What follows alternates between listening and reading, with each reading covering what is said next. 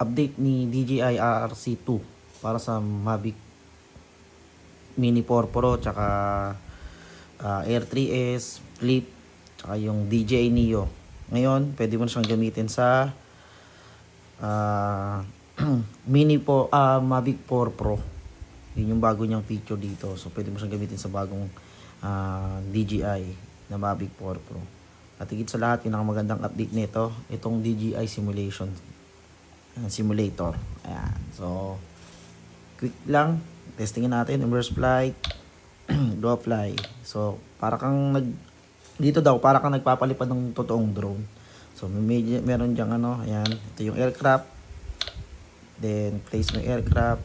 Then, kung paano ako nagko-control ng aircraft. So, lipad lang. Then, testingin mo guys. So, ayan. Para kang nagpapalipad ng totoong drone. Alright.